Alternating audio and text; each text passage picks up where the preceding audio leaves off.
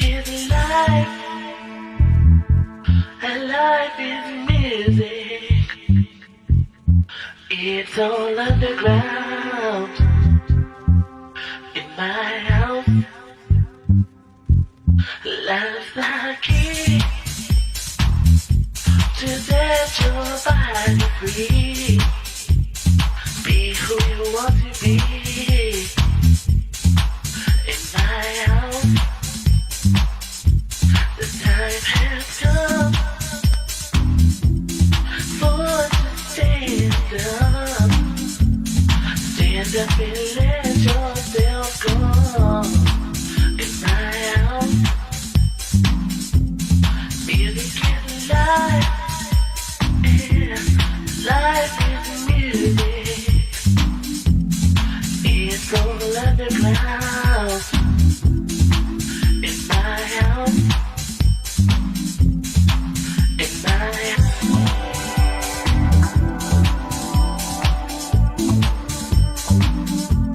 In my house.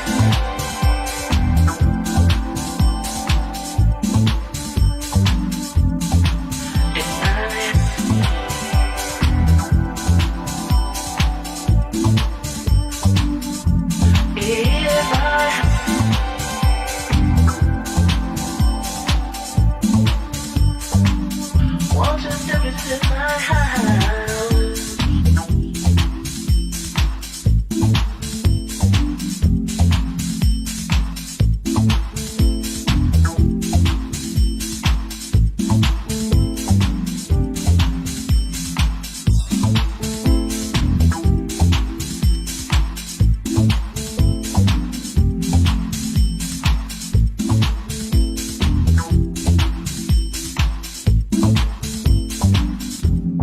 Music is life,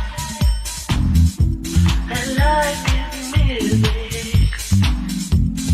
It's all underground. In my house, life's the key to set your body free. Be who you want to be.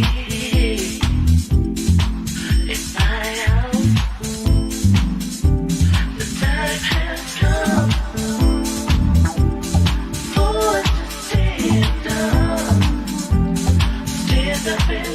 Yourself go in my house. Music is life. Life is music. It's all underground. In my house. In my house.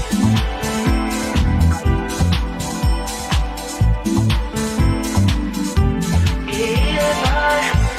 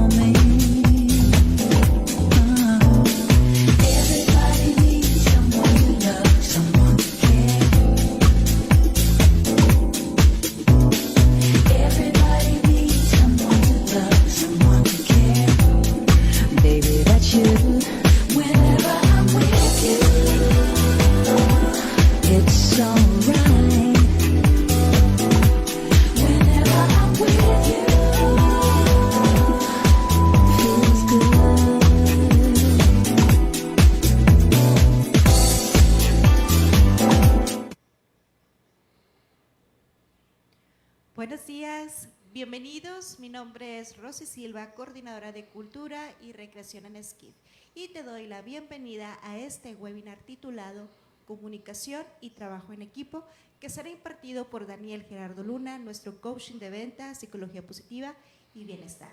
Y bueno, esta plática te va a ayudar a mejorar tus relaciones profesionales y te compartirá herramientas para desarrollar una comunicación asertiva y así poderla aplicar en el trabajo en equipo.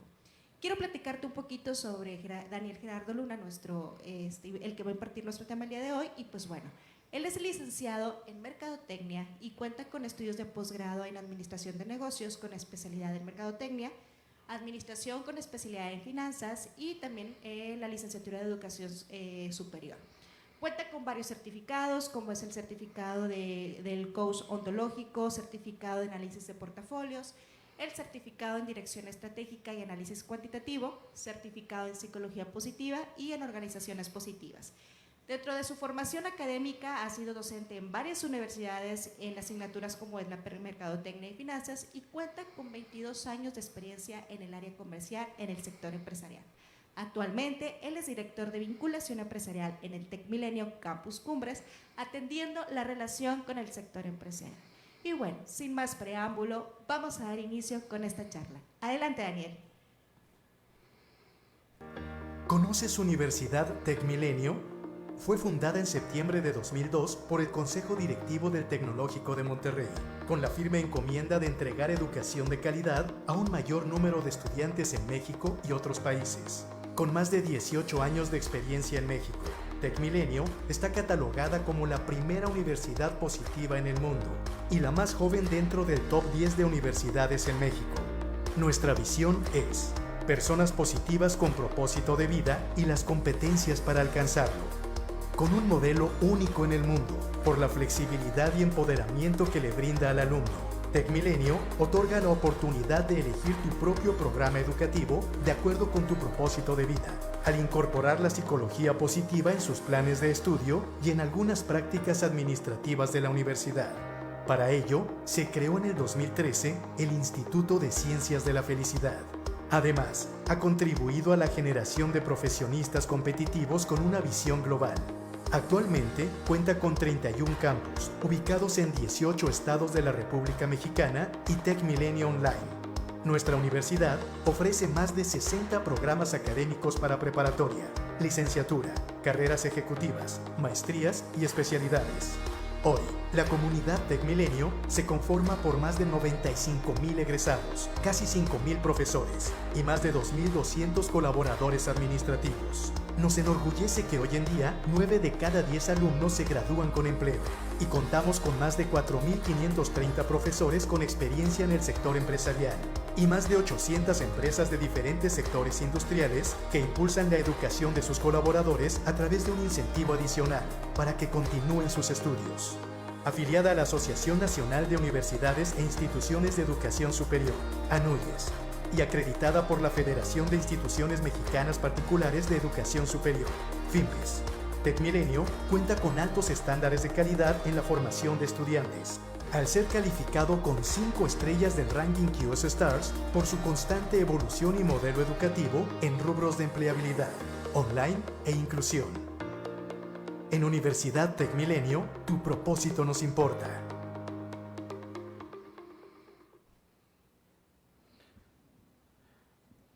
¿Qué tal? Buenos días. Como bien, muchas gracias, Rosy, por la presentación.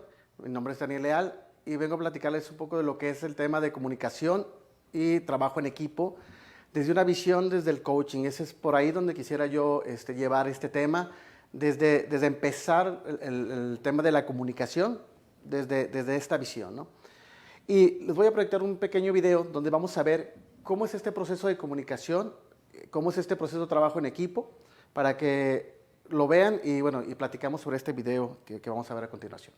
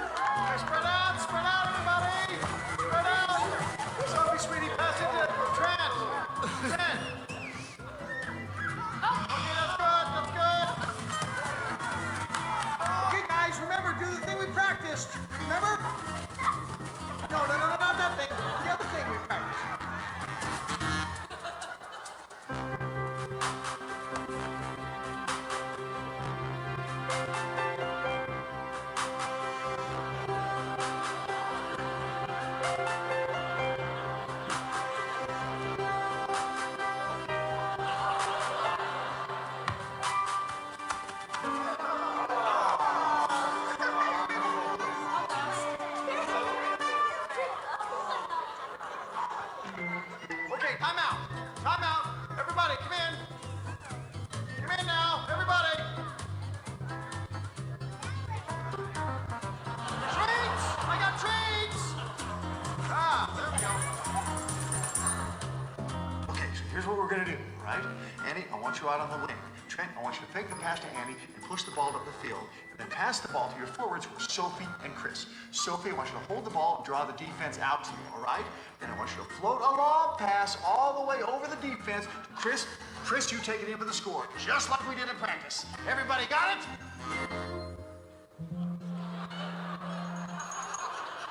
Let's go get him!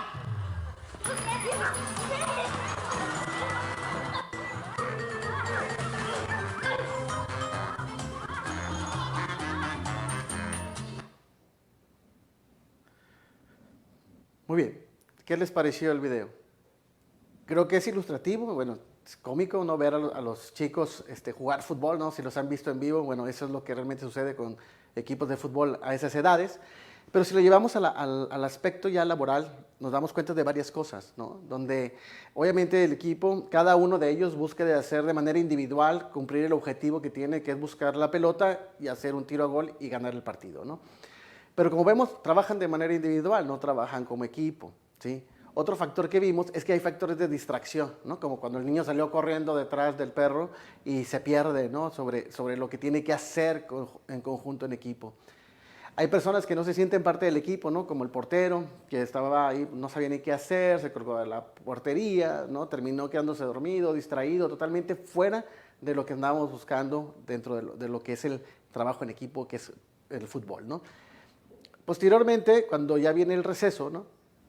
Ahí los busca el entrenador, ¿no? Para ver la parte de darles esta retroalimentación y generar las nuevas instrucciones de cómo llegar a cumplirlo, ¿no?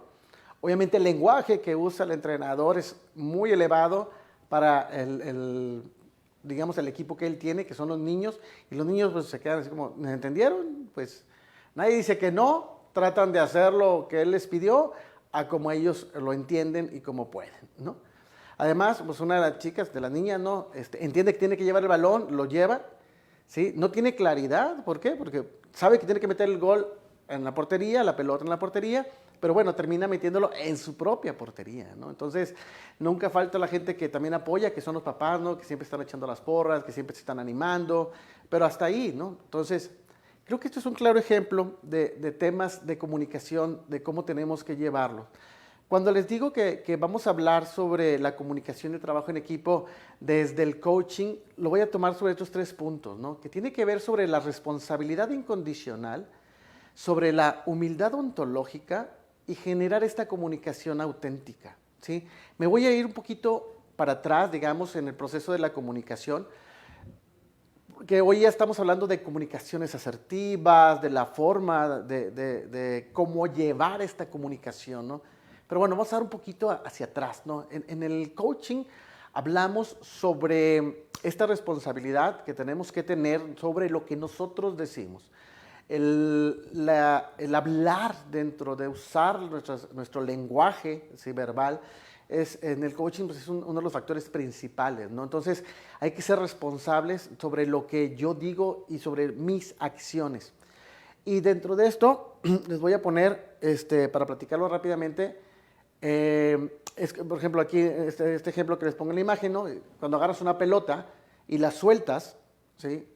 La pelota cae hacia el suelo. Cuando preguntamos ¿por qué cae la pelota al suelo? Pues probablemente algunos me podrán responder por la misma gravedad, ¿sí? Por la inercia del peso, ¿no?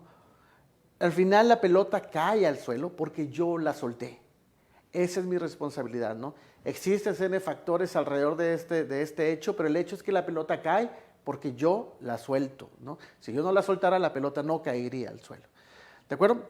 Entonces, vamos a profundizar un poquito con este video que sí está un poquito duro, pero creo que puede ejemplificar muy bien este tema de la responsabilidad. Entonces, vamos a proyectar este video. Ahorita nos van a enlazar con el video para que lo veamos con detenimiento, ¿sí? Y lo comentamos al final del video, ¿no? Entonces, vamos a movernos por ahí para proyectar este video. La verdad es muy interesante lo que nos platica en este video. Adelante, Yoko.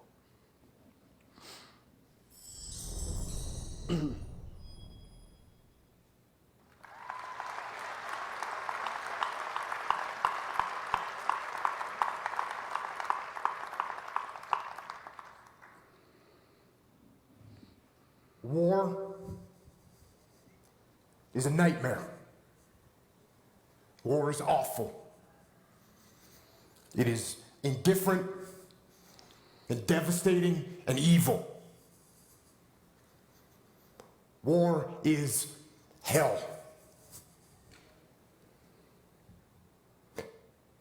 But war is also an incredible teacher, a brutal teacher. And it teaches you lessons that you will not forget. In war, you are forced to see humanity at its absolute worst. And you are also blessed to see humanity in its most glorious moments. War teaches you about sorrow and loss and pain. And it teaches you about the preciousness and the fragility of human life. And in that fragility, war teaches you about death.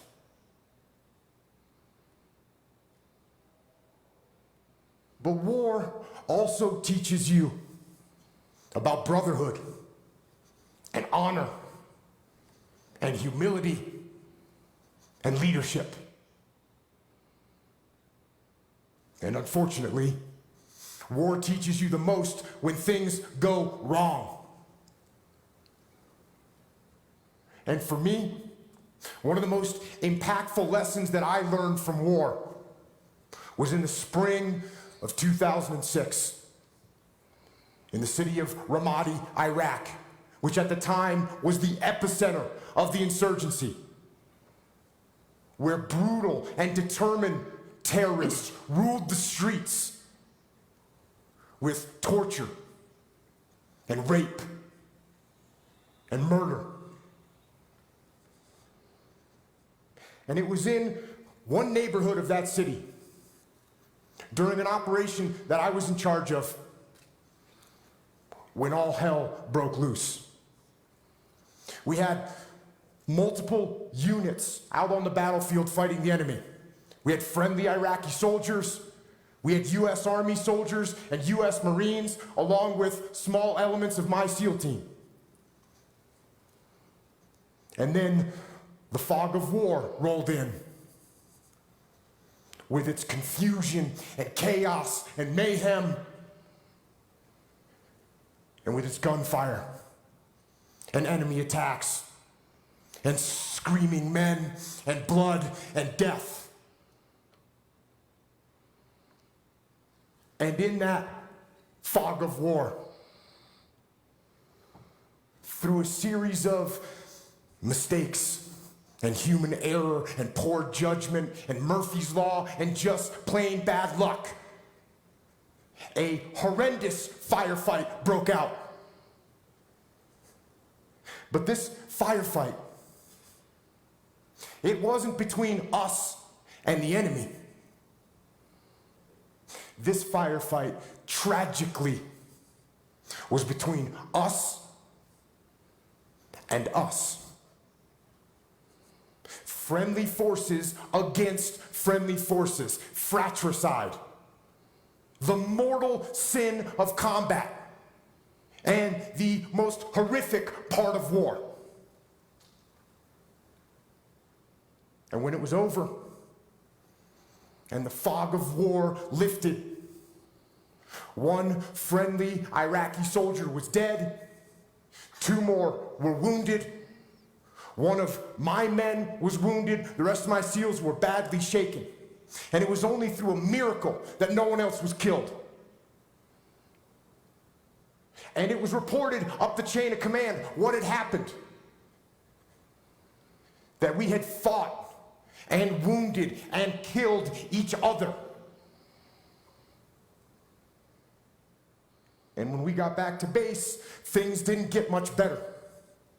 There was a message waiting for me from my commanding officer.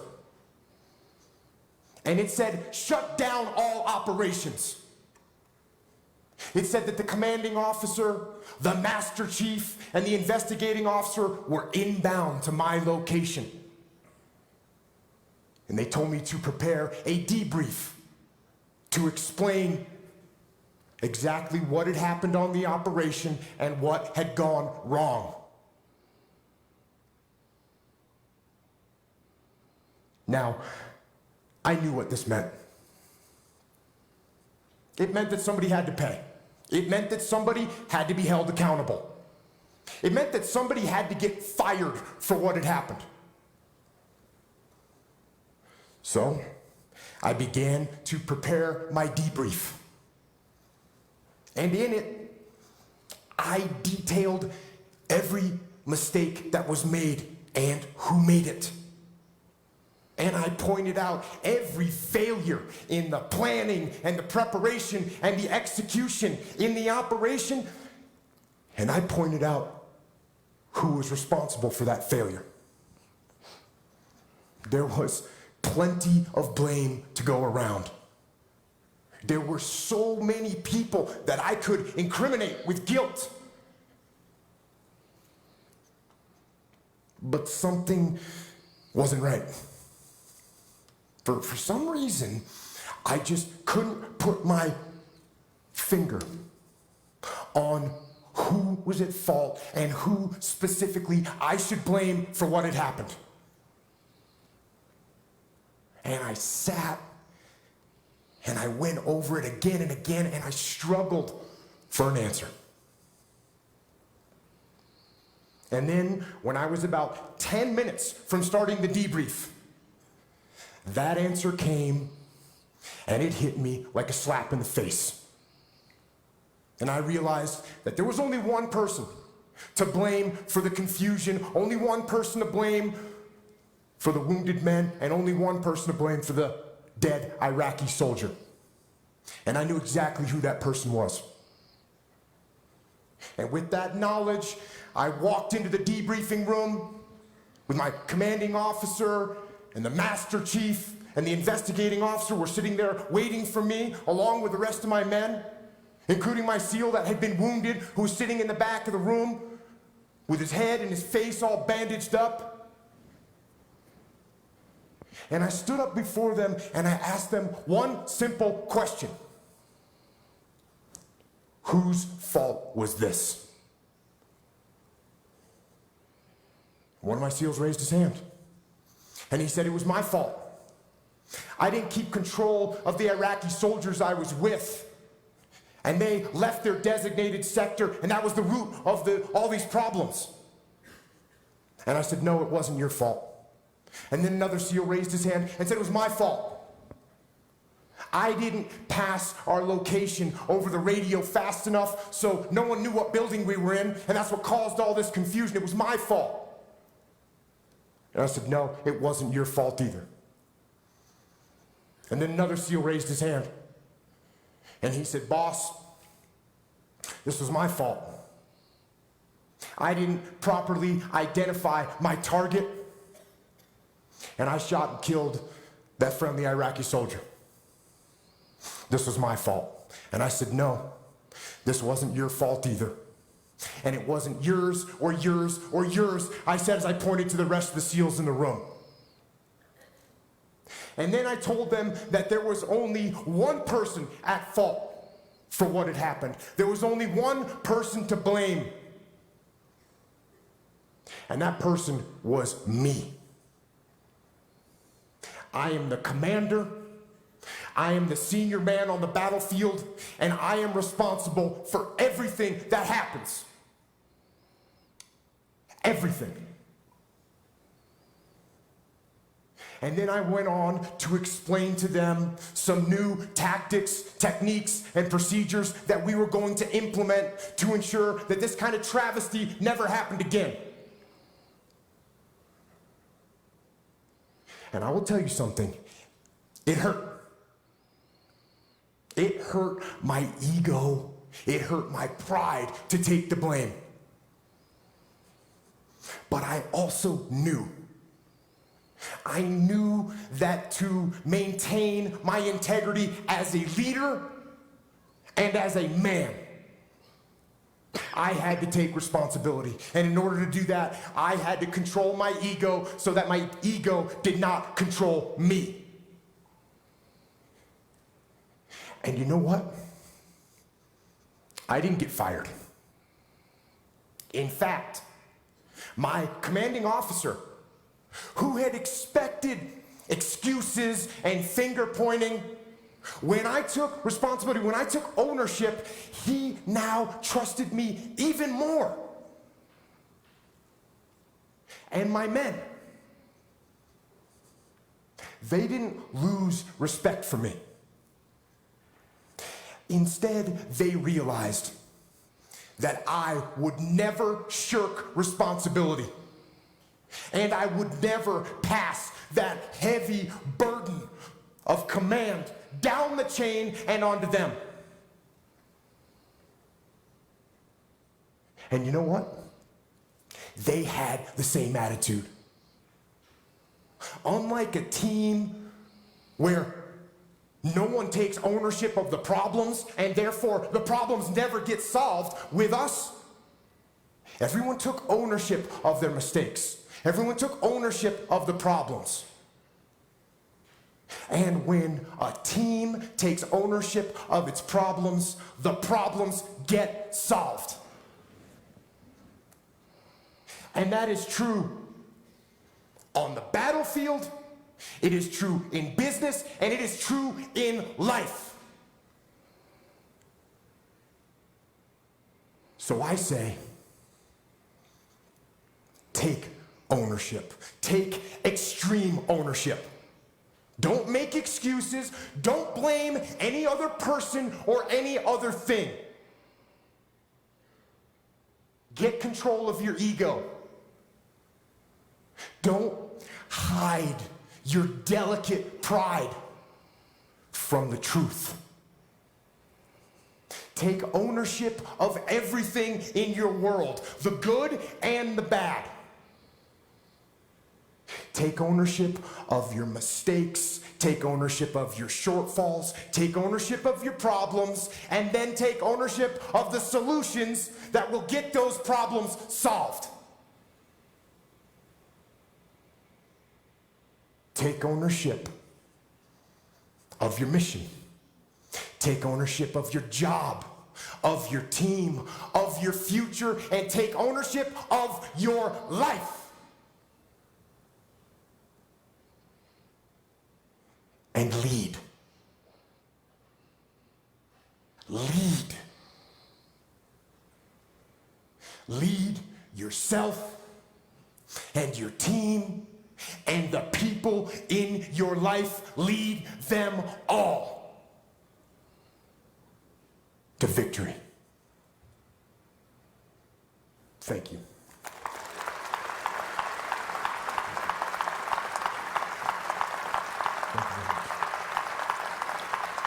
Listo. Muy bien. Como habla este video que menciona Yoko, es el hacernos responsables, ¿no?, de todo lo que está a nuestro alrededor, de las decisiones que tomo, de la responsabilidad que debo tener sobre las acciones. Si tengo gente a mi cargo, ¿qué acciones son las que yo voy a tomar? Y que soy responsable de esas acciones. Y si formo parte de un equipo de trabajo, ¿sí?, soy responsable de lo que me toca, ¿no? Entonces, esta parte, ¿sí?, tiene que ver mucho con esta responsabilidad de lo que buscamos, de lo que queremos como personas, de lo que queremos como equipo, de lo que queremos como empresa, ¿no? Entonces, creo que esta responsabilidad no la podemos evadir nadie. Como bien decía Yoko ahí, no voy a profundizarlo tanto, sino más bien es enfatizar ciertos puntos de hacernos responsables cargo. En el coaching hablamos de lo que yo digo, de lo que yo expreso, sí soy responsable, ¿no? La palabra, nuestras palabras son acciones, se convierten en acciones. Entonces hay que ser responsables sobre lo que decimos y sobre lo que hacemos, ¿no? En esta parte vamos a hablar de lo que es el tema de la víctima y del protagonista, ¿no? Que también lo ligamos en este punto, donde obviamente lo que buscamos con esta responsabilidad es volvernos protagonistas, ¿sí? Ser ese líder o ese gran líder, ¿sí? Que es atractivo para los demás, que somos un modelo a seguir, ¿no? Que obviamente no busca excusas, sino que más bien busca soluciones, ¿sí? Tiene esa actitud proactiva, ¿sí? De querer lograr que las cosas sucedan. Obviamente todas las personas, como decimos en el coaching, emitimos juicios, ¿sí? El tema no, es que, por ejemplo, vamos a evitar los juicios. Lo que vamos a evitar es que tomemos esos juicios como si fueran la verdad absoluta. Recordemos que son mis juicios, y ahorita vamos a profundizar en ese tema, que son mis juicios sobre una persona, sobre algún comportamiento, sobre alguna acción. Pero eso no significa que sea la verdad de la situación, ¿de acuerdo? Entonces, lo que yo les voy a pedir es, bueno, ya conocemos la parte del víctima, ¿no? Lo que yo les voy a pedir en esta parte de tomar nuestra responsabilidad es que tomemos este modelo del protagonista. Seamos esas personas que buscamos ser responsables, ¿sí? Y con un modelo de ser protagonistas. Ese es el primer punto que debemos de tomar para generar una muy buena comunicación, ¿no? Y vamos al segundo punto, que es la parte de la humildad ontológica, ¿no? Aquí habla de un estudio que hizo Jean Piaget, que lo deben de conocer, que hizo con niños, ¿no? Él tenía un cubo, ¿sí? Donde uno de los lados tenía un color rojo y del otro lado tenía un color verde, ¿no? Entonces se los prestaba a los niños, digamos de niños de preescolar, se los entregaba, el niño jugaba con el cubo y luego lo ponía él enfrente de él en una mesa, el niño sentado enfrente de él, y les preguntaba, oye, ponía el color verde del lado del niño y el color rojo del lado de él, ¿no? Decía, oye, ¿qué color es el que tú ves? Verde, ¿no? ¿Y qué color crees que yo veo? Pues el verde, ¿sí? Entonces, esto se le llama la arrogancia ontológica, es decir, que mi opinión y mi interpretación de las cosas es la verdad, ¿sí? Entonces, ¿qué es lo que ve un niño? Pues ve el cubo y él ve un color verde, ¿de acuerdo? Entonces, él cree que todos ven el color verde, ¿de acuerdo? Porque para él es verde. Está bien cuando son niños pequeñitos, ¿no? Que todavía no tienen ese avance cognitivo, ¿no? De entender que hay diferentes interpretaciones, ¿no? Pero si ya tenemos, cuando tienes 3, ¿no? Pero tenemos 43, 33, 23 años, ¿no? O más, o por ahí, pues no podemos pensar que lo que yo veo esa es la única realidad, ¿no? Sería, pues ahora sí que un poco desafortunado que así lo pensáramos, que lo que yo creo y yo pienso es lo único, ¿no? Entonces, tenemos que entender que hay otras personas que pueden verlo de diferente manera. Y a esto se le conoce como esta humildad ontológica, ¿no? Que no vemos las cosas tal como son, las vemos tal cual como somos, ¿de acuerdo? Entonces, ¿qué es lo que nos lleva a esto, a este modelo mental, ¿no? ¿Por qué cada uno de nosotros vemos las cosas de manera diferente? Primero, el biológico, ¿sí? Porque cada uno de nosotros tenemos nuestros sentidos, ¿sí? Para percibir el mundo. Pero, por ejemplo, yo les voy a hacer una confesión. Yo tengo un problema con mi vista. O sea, no soy miope, no necesito lentes para poder ver. Pero tengo una situación con mis ojos, que no veo los colores verdes y los confundo entre azul, verde y el gris, ¿no? En esa gama de colores. Entonces, de repente yo no distingo los colores de la misma manera que lo ve la demás gente. Y eso durante toda mi vida lo he percibido y me he dado cuenta, ¿no? Entonces, yo desde ahí ya tengo una percepción diferente de lo que estoy viendo, porque yo lo veo quizás, para mí yo lo veo en un azul y que quizás la persona de al lado lo ve en otro tono de azul, o diferente a lo que para mí es un azul, ¿no? De lo que a mí me enseñaron que era el azul, el verde, ¿no? Entonces, desde ahí yo ya percibo diferente. Hay gente que luego no escucha muy bien, o no tiene un olfato, que también mi olfato de repente sí funciona, de repente no. Y esto lo atribuimos dentro de todos mis estudios, es que cuando yo nací pues no había ecos y se acabó mi líquido amniótico, ¿no? de la bolsa donde estaba y tuve sufrimiento fetal, ¿no? Probablemente me decía que iba a tener algunos problemas, pues creo yo que es estos los problemas que detecto, ¿no? Entonces, biológicamente cada uno de nosotros tiene pues, percibe de diferente manera las cosas, el mundo, ¿no? Posteriormente tiene que ver con nuestra cultura, es decir, mis experiencias, lo que yo viví, dónde crecí. Por ejemplo, ustedes tienen hermanos, ¿no? Si no tienen, bueno, tienen primos. O los que tienen familia grande, 3, 4 hermanos o 2 hermanos, ¿sí? Se dan a dar cuenta que de repente todos crecimos en la misma casa, con las mismas reglas, ¿sí? Pero nuestros hermanos somos muy diferentes entre nosotros. Y nuestros padres dicen que somos muy diferentes. Recuerden, el que nació primero, ¿sí? Cuando los que son papás hoy, ¿sí? Imagínate cuando nace tu primer hijo, entras con ese temor, con ese miedo, que no le dé el aire, que no le caiga el sol, ¿no? Porque te da miedo. Cuando ya tienes al segundo, después de la experiencia del primero, dices, no hombre, no pasa nada, está bien que se juegue en el suelo, que juegue con tierra, no le pasa nada. Ya cuando tienes 3, dices, no hombre, ni lo volteas a ver, ¿no? Entonces, ¿qué pasa? Esas son experiencias que has tenido y obviamente la vivencia del mayor, ¿sí? Que estuvo más restringido, con mayor cuidado, al último, y que también en las familias recuerden que con el tiempo normalmente mejoramos nuestra situación económica. Con el primero fue un poco más duro, con el último quizás la situación económica fue diferente. Todo eso, ¿sí? La colonia donde crecí, ¿sí? El barrio donde yo crecí, ¿sí? La ciudad donde yo crecí, esto genera experiencias culturales diferentes y cada uno de nosotros tiene diferentes vivencias. Aunque vivamos en la misma casa, lo vivimos de manera diferente. Esto nos da una percepción totalmente diferente de las cosas, ¿no? Entonces, ahí agregamos este factor. Después, nuestra historia personal, lo que a mí me tocó vivir, lo que a mí me tocó vivir de chico, lo que viví en la escuela, lo que viví en el salón de clases, los maestros que tuve, los amigos con los que me jugué. A lo mejor yo jugaba fútbol y a lo mejor otros jugaban voleibol, ¿no? Entonces, tuve una experiencia personal diferente. Entonces, muchas veces percibimos el mundo conforme a nuestras experiencias que yo tuve. Agreguemos este factor personal, ¿sí? Que todavía yo creo en ciertas cosas, ¿no? Porque mi hermano y yo tenemos creencias diferentes. Aunque fuimos creados en la misma casa, pensamos de manera diferente sobre algunos temas, ¿no? Porque tengo ya una visión personal.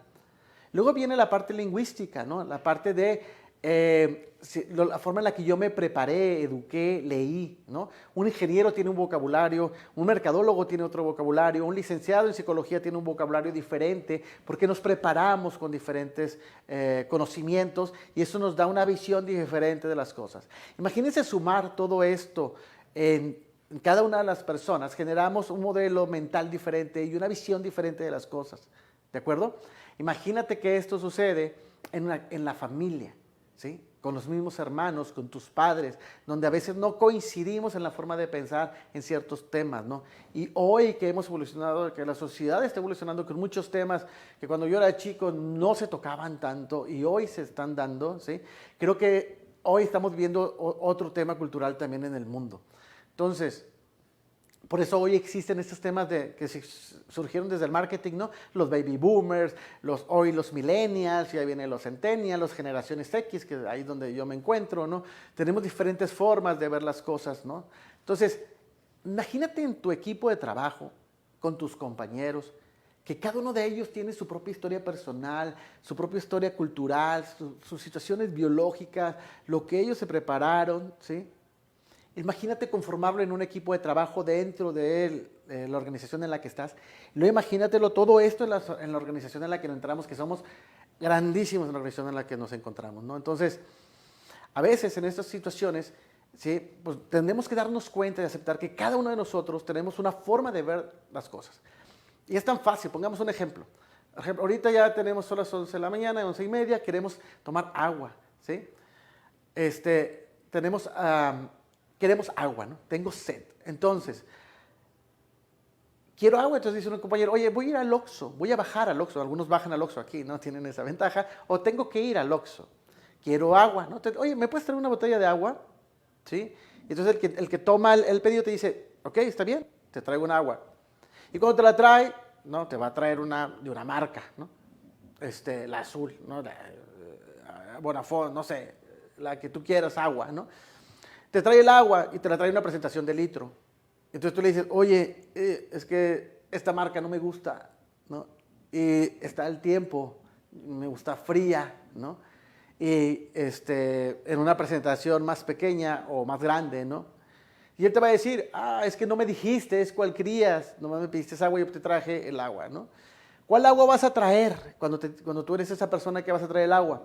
Hay gente que me contesta, la que está en oferta, la primera que me topé en el pasillo, la que yo tomo, ¿sí? ¿En qué presentación? Pues la que yo tomo y en la temperatura que yo la tomo. Como no tengo la información completa, ¿sí? Para tomar la decisión, lo que hacemos como personas, como seres humanos, es que completamos esos huecos de información con mi información, con mis experiencias, ¿sí? Con lo que yo sé de tomar agua, ¿no? Entonces, imagínate, esa es una situación de solicitar agua. Normalmente llenamos, ¿sí? Ahí esos huecos de información, al no tenerla y a tener que tomar una decisión, las lleno con mis experiencias, las lleno con lo que yo conozco, ¿de acuerdo? Entonces, me dicen ellos, es que no me dijiste, y la otra persona dice, es que no me preguntaste. Y acuérdense que en el modelo de comunicación hay un emisor del mensaje, una persona que recibe el mensaje, existe el canal y el ruido, ¿de acuerdo? Entonces, ¿y qué sucede con esto? Es una comunicación es bidireccional, no es unilateral, ¿de acuerdo? Entonces, a veces al momento, decimos en el coaching, al momento de yo hacer una petición de algo, ¿sí? Hacemos la petición tratando de que la persona a la que le hago la petición, ¿sí? Entienda lo que yo estoy pensando y lo que yo requiero. Ponle el ruido de todo esto que te estoy platicando, de que él está entendiendo, ¿no? Si te digo ahorita, piensa en un pez que se encuentre en el mar Caribe, ¿sí? Y que puedas ir por él y traerlo y mostrármelo, ¿sí? Tu mente ya trabajó en una imagen de un pez, ¿sí? Ya trabajó de empezar pues, del Caribe, pues son coloridos, ¿no? Y ya tu mente, si esa es la petición que te estoy haciendo, tráeme un pez del mar Caribe, ¿sí? Que puedas traer conmigo. Cada uno de nosotros empieza nuestra mente a trabajar. Y mi primer pez que a mí se me ocurrió fue pensar en el naranjado como Nemo, ¿no? Otros habrán pensado en otro tipo de pez, ¿de acuerdo? Y cada uno de nosotros quizás se le vino a la mente un diferente pez. Y a lo mejor algunos coincidimos y pensamos en Nemo, ¿no? En el pez payaso, y otros quizás no, pensaron en otros tipos de pez. Imagínate cuando tú haces una petición en tu trabajo sobre algún tema, sobre una solicitud que quieres hacer, ¿sí? Tendremos que validar en esta comunicación, tenemos que indagar, ¿sí? Oye, ¿qué necesitas? ¿Cómo lo requieres? ¿Para cuándo lo requieres? ¿Sí? ¿De qué forma? Porque normalmente la gente que tenemos un líder, lo que el líder nos pide, ¿sí? Decimos, sí, claro, sí lo hago. ¿Y cuántas veces no te has volteado a decir, hijo, eso es que ¿cómo lo voy a hacer? ¿No?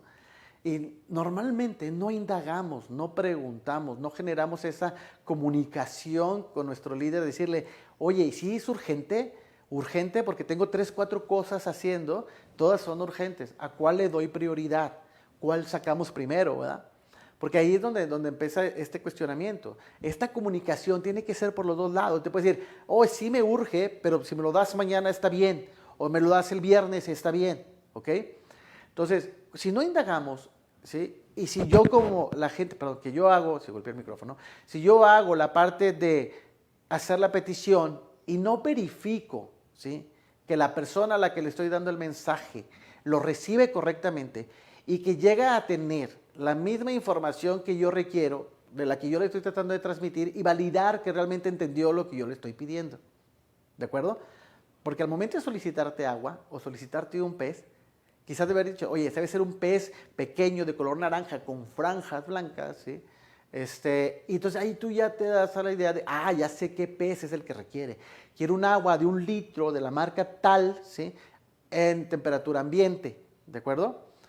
Entonces, al momento de hacer nuestra solicitud, también tenemos que ser muy claros al hacer nuestra solicitud y luego validar que la otra persona realmente entendió lo que yo le estoy solicitando.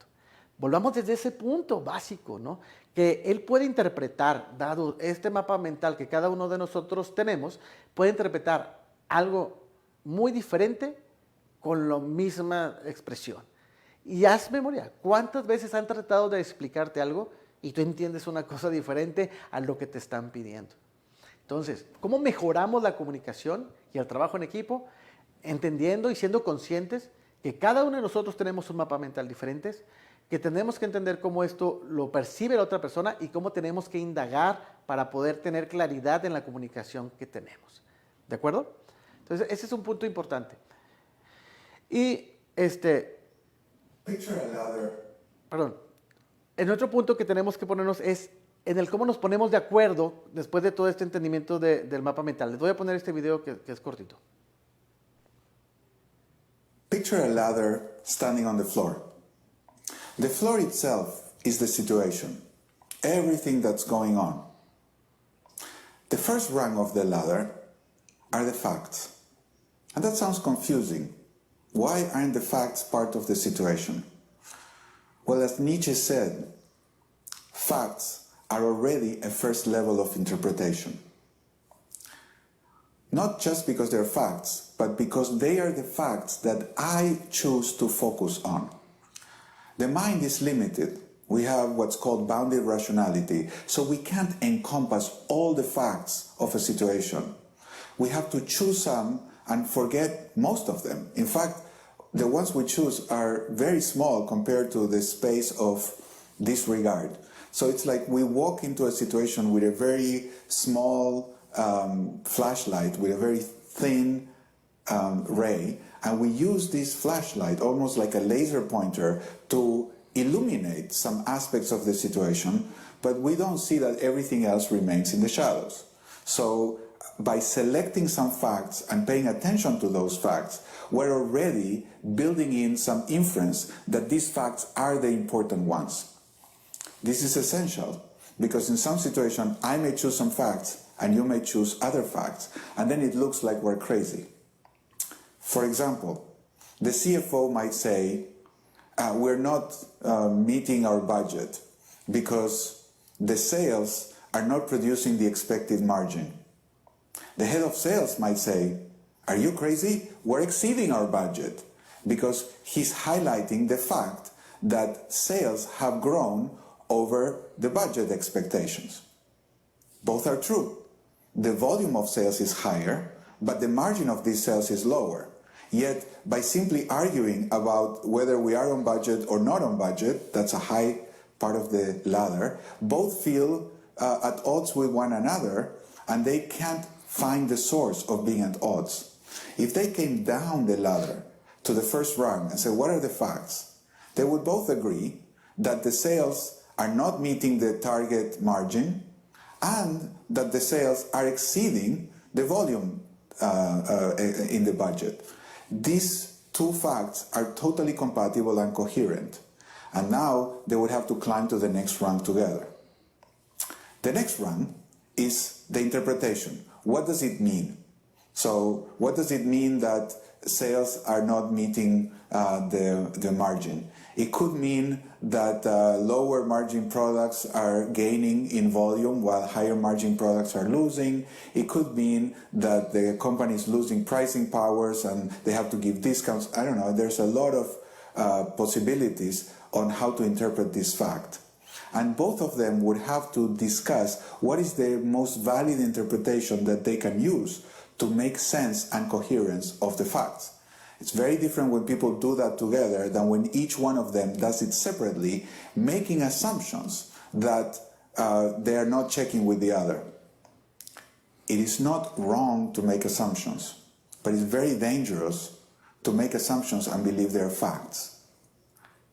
Just like spend the night on the boat does not mean have sex necessarily, even though many times spend the night with me does mean have sex with me. So when people make interpretations and they assume that their inferences are true, they close themselves up to the possibility of dialogue. So they will say things like, well, the problem in this company is that we lack cooperation. Lack cooperation, I ask them. You know, give me an example. How do you see this lack of cooperation? Well, I asked my counterpart in HR to change this process for me, and she said no. So that's lack of cooperation, I say. So help me understand, what's the difference between cooperation and obedience for you? What do you mean? Well, I mean, what I hear is that you ask for something your counterpart said no, and you interpret that as not being cooperative, but that sounds to me like you were asking for obedience, not cooperation. Always that causes a pattern interrupt. People go a little haywire when I challenge them like that, because they're making an assumption that doing what they say is cooperating with them, and not doing what they say is being uncooperative. So you see how this assumption is totally changing the way they interpret the situation. So people start sharing a situation, but then they choose different facts to focus on, and then they interpret these different facts with different standards and different ways of making sense. And after they make this interpretation, they make judgments about life or about one another. And based on those judgments, they take action. When this action is confrontation, and this action is unproductive conversations, we need to stop the process, climb down the ladder, and start creating a shared conversation that will bring people together to a more peaceful resolution. Muy bien. Lo que tenemos que hacer aquí nosotros, al momento de tener una charla con alguien de nuestros equipos o con otros equipos, es bajarnos de la escalera cuando no estemos de acuerdo o cuando no lleguemos a un punto en el que podamos estar de acuerdo o avancemos, ¿sí?, en nuestra comunicación o en el trabajo en equipo que tengamos que hacer entre áreas, entre departamentos, entre compañeros, ¿sí? Bajémonos a entender la situación, cuáles son los hechos, las interpretaciones que damos y hagámoslo en conjunto. Para poder mejorar la relación entre los equipos es que hagamos estas conversaciones abiertas, sinceras, claras, ¿sí?, con humildad ontológica, como mencionábamos hace un momento, y subiendo en la escalera para llegar a un acuerdo. Cuando no lleguemos, volvernos a bajar y volver a tener esta conversación, ¿no? Entonces, es importante para mejorar la relación de los equipos tener una comunicación clara, ¿no?, en ese sentido. Y como decimos aquí, ¿no?, dentro de esto, pues vemos el mundo como somos, ¿sí? No caer en el punto en que tenemos siempre la razón, sino hablamos en la parte del aprendizaje de cómo lo ven las demás personas, la escalera de inferencias. Si no nos ponemos de acuerdo, pues bajarnos de la escalera, ¿no? Entonces creo que esta parte es muy importante, que entendamos cómo todo esto nos ayuda a generar mejores comunicaciones y a generar mejores equipos de trabajo. Y esta comunicación, ¿cómo debe ser? Ya cuando estamos en la comunicación, ¿no? Voy a poner un último video sobre este punto y terminamos, ¿no? We come to conversations with different ideas. That's where we need to interact. And the first process of mixing these ideas and integrating them is understanding each other. This is what I call the process of communication. I'm going to distinguish also three parts of this process. The first part is listening. The second part will be inquiry. And the third part will be expressing. So let's start with listening. Listening seems like an easy thing to do. You just keep your mouth shut and you can listen. However, it's much harder than that. Listening means understanding deeply not only what the person thinks, but also why they think, what they want to do about it, what's their life in general that is generating this perspective. So to listen, it's very important to open to the full dimension of their communication. Not just the words they say, but also understanding the context in which these words make sense. Listening fully is listening to the whole story that's behind the words that the person is expressing. So the first step in any listening process is to just be quiet. Allow the other person to express what they want to express. Especially difficult is this when the other person is saying something that irritates us, or something that we disagree with, or something that rubs us the wrong way. When the other person is speaking like this, the temptation to jump in and interrupt them and say, no, it's not like that, it's almost overwhelming. Well, unfortunately, that temptation is going to lead us astray. So, although it may feel good to interrupt, although it may feel good to complete their sentence or to try to correct them, well, it's actually not very good. The good thing to do is to be quiet and let them express their view as a sign of respect. Even if I disagree with it, just listen, then I know at least fully what I disagree with. So, first step, listen quietly, pay attention to the other person. Now, it's not enough to listen, but we have to demonstrate that we're listening. You see, listening is not just receiving, but it's also communicating respect to the other. It's also telling the other person that I'm open to them, that I can see their perspective, I'm willing to include them, and I'm willing to integrate what they see into my picture. So as I listen, as I'm quiet, I'm also using a body posture that is inviting them to speak to me. I'm looking at them, I'm open, I'm not crossing my arms or crossing my legs and becoming all scrunched. I'm not putting my face like this and saying, with a face of you don't understand or that's wrong. I'm actually standing here and I'm receiving the other person. I'm looking at them with kind eyes. I'm enabling them to tell me exactly what they would like to tell me. Now, after I hear, and after they naturally pause because they've spoken what they needed to say, now comes the way in which I show that I've heard what they wanted to say. And that is by summarizing my understanding. Now, this is not parroting. I am not just telling the other person again every word they say. I'm trying to add value by capturing the essence of their message. So the summary is not simply taking 4 or 5 words and repeating back to the person, but the summary is capturing the essence of this message and feeding it back to the person and then checking, did I understand correctly what you wanted to tell me?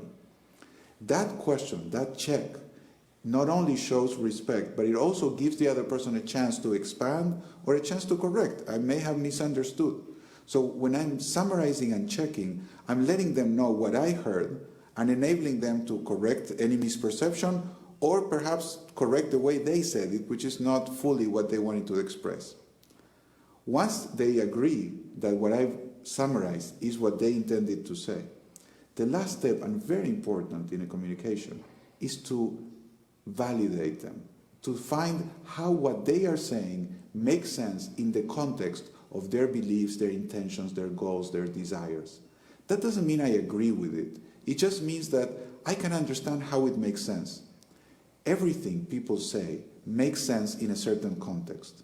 It's not that it has to make sense in my context. Perhaps for me, what they're saying, it's absolutely wrong, or it's absolutely opposed to my desires or my goals. But I can still empathize and understand that for them, this is the way they see the world, perhaps based on wrong information. Let me give you an example. My son, for example, one day came and said, "Daddy, come with me to the basement." And I asked him, why do you want to go to the basement? He said, "Well, I'm afraid of the monsters." Now, my natural temptation would be to say, there are no monsters in the basement. But that would not be listening to him. If I'm listening to him, and I agree, I understand that he is afraid because he believes there are monsters in the basement, then his fear makes perfect sense. If I believe there were monsters in the basement, I would be afraid too. Now, I just happen not to believe that there are monsters in the basement. But it's not that I'm so courageous that I can go to the basement and face the monsters without fear. It is not courage. It's just that I don't believe there are monsters, so I don't need courage to go down. But since he does believe that there are monsters, and he further believes that by going with me he will be protected from the monsters, well, then he is asking me to go with him. Respecting him is to listen and understand first. Then I have to have a chat with him about monsters, whether they are there or not, or whether they exist or not. But the first step, before I tell him anything, is to really listen and understand that he's afraid because he believes there are monsters, and he also believes that by going down to the basement with me, he will be protected. So in a first step of a communication, we listen to the other person deeply, we understand the context in which he's coming to us in the conversation, and then we let them know that we've heard them, we validate what they said, and then we're ready to move to the second step, which is inquiry. De acuerdo, entonces para terminar ya nuestra sesión del día de hoy es este tema, ¿no? ¿Cómo generamos una comunicación, trabajo en equipo?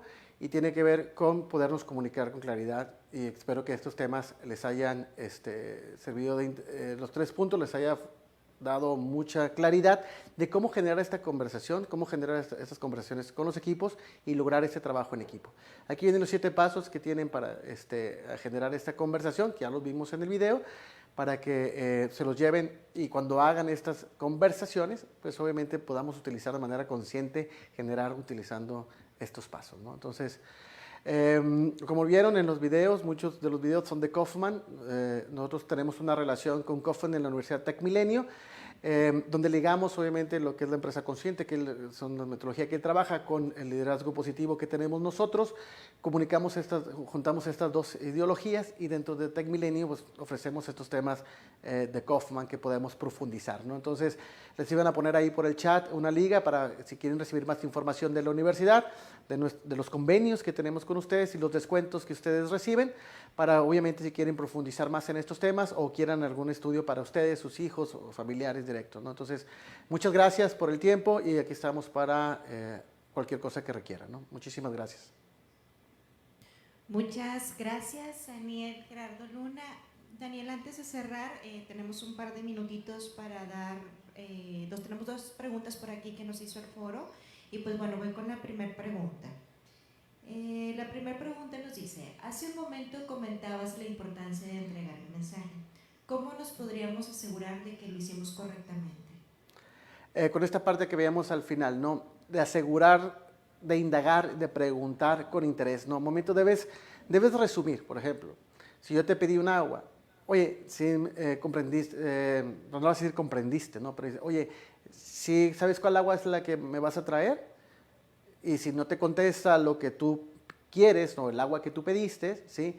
Le dices, mira, no, es que creo que no me expresé correctamente, yo requiero un agua de 1 litro, ¿no? Y ver qué te contesta y entonces haces o profundizas en la información que no te proporcionó, que no coincide con lo que lo que tú estás pidiendo, con lo que él te está refiriendo o te está dando como retroalimentación. Ahí es el momento en el cual tú ya vuelves a dar información o completar la información que en un momento dado, pues quizás no lo diste y decir, ¿sabes qué? Quizás no fui claro al expresarme. Y bueno, lo que estoy buscando es esto, ¿no? Entonces, sí debes generar la indagación de preguntarle si entendió, ver qué te responde, y si te responde con claridad, quiere decir que la comunicación fue efectiva. Si no fue así, obviamente tienes la oportunidad de volver a generar esa comunicación y asegurar que el mensaje está pues, bien transmitido, ¿no? Muchísimas gracias. Y nos vamos con la última pregunta. Y esta pregunta nos dice, ¿cuáles son las barreras que nos podríamos, se pueden detener para que no subamos la escalera como equipo? O sea, ¿cuáles son esas barreras? La primera, y lo veía Yoko, el ego, ¿sí? Quitémonos el ego, ¿sí? De las situaciones. Porque normalmente esto sucede cuando yo tengo mi punto de vista y lo trato de defender a capa y espada, ¿de acuerdo? Y está bien, en cierto momento, pues tienes que defender tu punto de vista. Yo no digo que no lo hagas, tienes que defender tu punto, ¿no? Lo que tú estás defendiendo, lo que tú estás proponiendo. Si tú eres líder, por ejemplo, tenemos una parte, si tú eres líder y tú ves que 2 de tus colaboradores están enfrascados en una discusión en la que no se ponen de acuerdo, ¿y qué es lo que sucede normalmente? Viene uno de manera individual a hablar contigo, que tú eres el líder, y decirte, oye, es que fulanito, no sé qué, y viene a contarte, ahora sí, a contarte el canto de las sirenas, como se dice, ¿no? Y te viene a contar su versión. Aquí tú como líder lo que tienes que hacer es decir, ¿sabes qué? Entiendo tu punto de vista, pero ¿ya lo hablaste con él primero? ¿Sí? Yo te pediría que primero bajaran la escalera, se bajaran a entender la situación y luego se pusieran de acuerdo. Si aún así no llegan a ponerse de acuerdo, le dices a la otra persona que van a venir conmigo para entrar tú como en un tercero en la discusión, escuchar los 2 puntos de vista y que seas tú el que puedas generar la decisión final, ¿no? Pero primero tienes que hacer que tú como líder, que tu gente pueda platicar ahí, ¿de acuerdo? Tú tienes que dar ese sentido de que ellos puedan generar esa conversación primero y luego vengan contigo. Y si van a venir, no vengan solos, porque si vienen solos, vienen a contarte solamente su versión. Lo importante aquí es que vengan los dos y decir, a ver, Daniel, no nos hemos puesto de acuerdo y creo que es momento en el que podamos tener una plática contigo, ¿de acuerdo? Desde ahí un punto de vista desde el líder. Tú como colaborador que tienes a tu homólogo, ¿no? Y tienes que llegar a un punto de acuerdo, lo primero que tienes que hacer para bajarte a la situación es decir, a ver, y lo que veíamos anteriormente con la humildad ontológica, tengo que entender que él tiene una forma de ver las cosas diferente, ¿sí? Y si él las ve de manera diferente, quiero entender por qué él dice eso, por qué él piensa eso. Cuando yo me abra a esa conversación, me voy a bajar a entender la situación, definir los hechos y empezar a subir en la escalera. Si no nos ponemos de acuerdo, voy y busco a mi líder junto contigo, ¿no? Pues te digo, ¿sabes qué? No nos estamos poniendo de acuerdo, vamos a buscar a un tercero, podemos ir con el jefe, podemos ir con el líder y que él nos diga por dónde ir, ¿no? Pero obviamente sí, lo primero que tengo que quitar es trabajar sobre mi humildad ontológica, quitarme mi ego y darme cuenta que hay gente que puede pensar diferente que yo y que a lo mejor puede ser una forma de llegar más rápido, solucionarlo mejor, no lo sé, pero bueno, para eso se generan las conversaciones. Espero que haya respondido sus preguntas. Perfecto, pues muchísimas gracias, Daniel. Agradecemos mucho de tu participación y tu tiempo aquí con nosotros y compartirnos todas estas herramientas y esta charla que seguramente será muy valiosa para todos nuestros trabajadores y sus familias. Gracias al TecMilenio, a la universidad que nos apoya y que es parte de nuestros proveedores con los que tenemos un buen convenio con ustedes. Invitarlos a todos, ya les dejamos la liga también por medio del chat y pues por aquí en la imagen están viendo el código QR si están interesados en tomar alguna de las carreras que nos ofrece el TecMilenio. Muchas gracias, Daniel. Nos vemos próximamente. Gracias. Y bueno, a todos nuestros usuarios y todos nuestros colaboradores y sus familias, gracias por estar presentes en este día